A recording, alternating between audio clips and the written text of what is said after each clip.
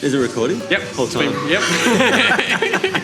My name's Sam Clark, and I've been tattooing since 2008. I mean, everyone categorises my style as a neo-traditional, and I guess that's along the lines of if you want to put it in a box, that's what you put it in. But I take a bit of everything. I mix a lot of all styles into what I do, and you know, it's just this illustrative, mashed up bag of all sorts of styles into a neo-traditional-esque vibe, I guess. How did you end up at that point of neo-trad? Like you said, you did a little bit of everything. Was there anyone particular at the time you're like, I really love what they're doing, and you kind of take bits and pieces, or how did you get there? Years ago, I've come across an artist called Terry Ribera from San Diego in California, and he was just doing these beautiful tattoos, that illustrative style, you know, heavy lines around, bold lines around the outside, and it would hold it structurally, and I liked how that worked. I liked all the detail on the inside. I just like the effect that gives, you know, it gives it depth, gives it detail, and it holds it through.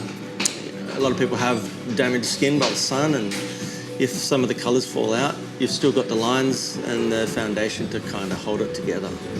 What did you do to bring this signature style? Were you trying to be something just a little bit different from everyone else, or is this it just happened to end up that way? It happened pretty organically, but I did have a lot of people I did admire, and I'd take little bits and pieces out of all these people that I, you know, looked up to, and I think a byproduct of me just enjoying what I'm doing and trying to push myself to do something that was bold and strong and aged well, looked aesthetically pleasing, you know, making lots of mistakes and realising that some, you know, too much detail looks messy from a distance. Too many colour blends may not age too well, they might fall out. So I guess stripping it back till you've got that traditional vibe where the colours still hold and everything looks strong, but you've still got a few more blends than traditional, and a bit more detail, and a lot of trial and error, I think, has led to, you know, what I like to see, what I would want on my body. So pretty much I'm just trying to give people what I want. Yeah, fair enough. How do you stay motivated to keep learning and improving when you've been doing this for so long and you've built up like a good name for yourself? Yeah, that's a good question. I'm constantly reinventing myself. So although my style will stay similar, I'll try new things occasionally that are out of my comfort zone. And it's hard because, you know, I know what I like, but if you do that repetitively for years, you get bored of it, right? And you want to try new things. So I try to throw new things into the mix regularly so that, you know, I learn. Sometimes I forget things that I've done in the past that I see an old tattoo, I'm like, oh yeah, I need to bring that back, recreate it. Hey,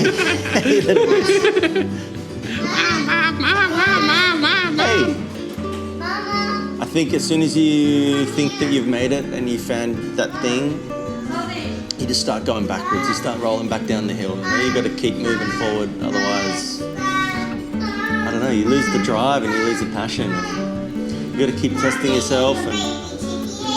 So what's your sentiment when it comes to social media and tattooing? I'm sure for a lot of people it has expanded the reach that they never would have gotten before.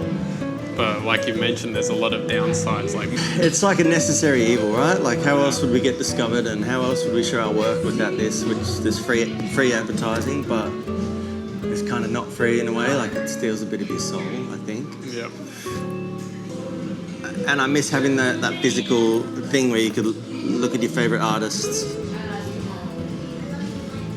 and keep going back to it. I think that's the thing I miss most, you know, like these days you'll see something, a tattoo that looks beautiful, your favorite artist has done it, and then you scroll past it, and then you know, you don't go back and look at it, and plus it's on this tiny little scale, right, on your phone.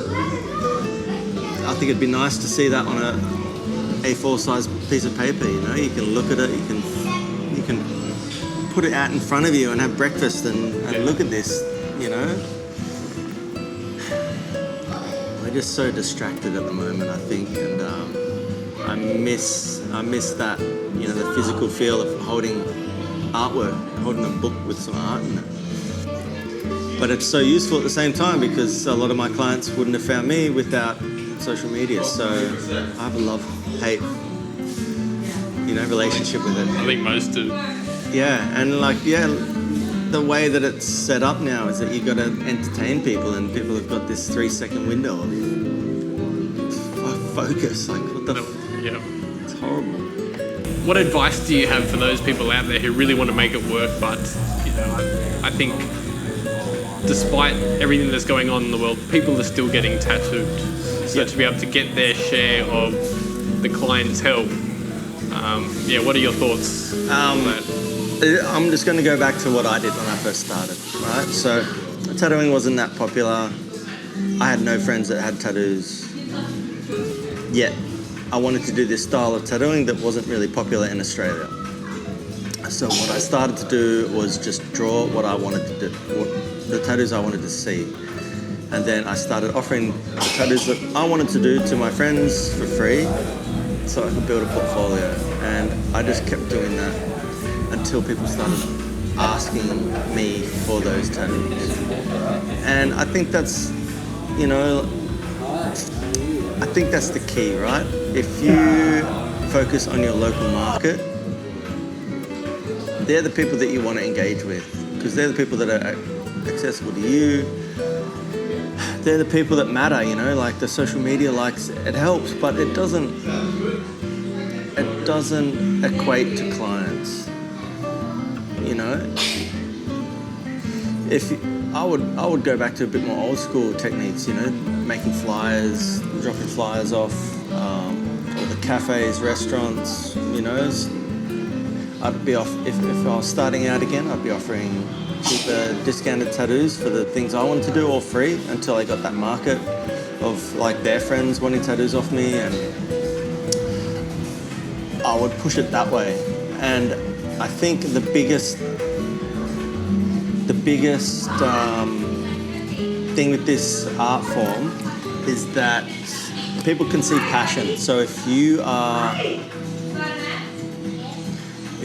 doing what you love and you're doing it regularly, and people want to jump on for the ride and they want to see what you can do every day. So I think, you know, just love what you do and have fun with it, and don't try and monetize it. Yeah, we have to live, but I think just having fun is the key to art, right?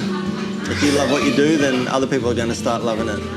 Find me on Instagram at Sam Clark Tattoos, or we're at Wayfarer's Trading Co. in Avalon Beach in Sydney. Or type my name into Google and see what happens. Who knows what's going to pop up there. Hopefully no nudes.